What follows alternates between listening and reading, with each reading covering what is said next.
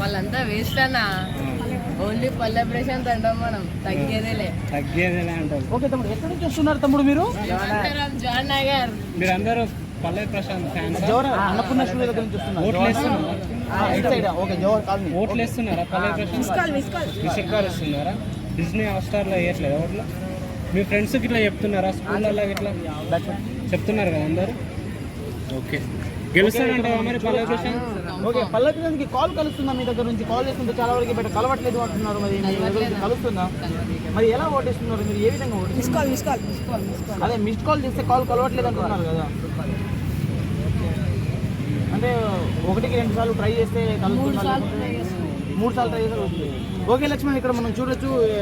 ఆ అబ్బాయి చెప్తున్నది ఏంటంటే పల్లె ప్రశాంత్కి 3 సార్లు కాల్ చేస్తే కానీ కాల్ వెళ్ళట్లేదు.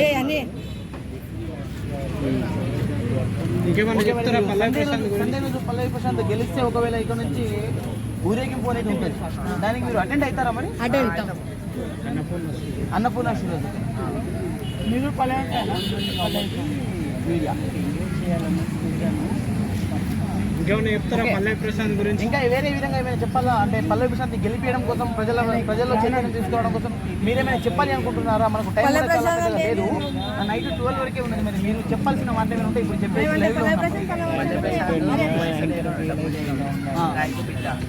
ఇంకా శివాజీ అయితే చాలా మంచిగా మనం ఎప్పుడైనా ఓకే, శివాజీ గారి కంటే ఏదో కొంచెం ఫేమ్ ఉన్నది.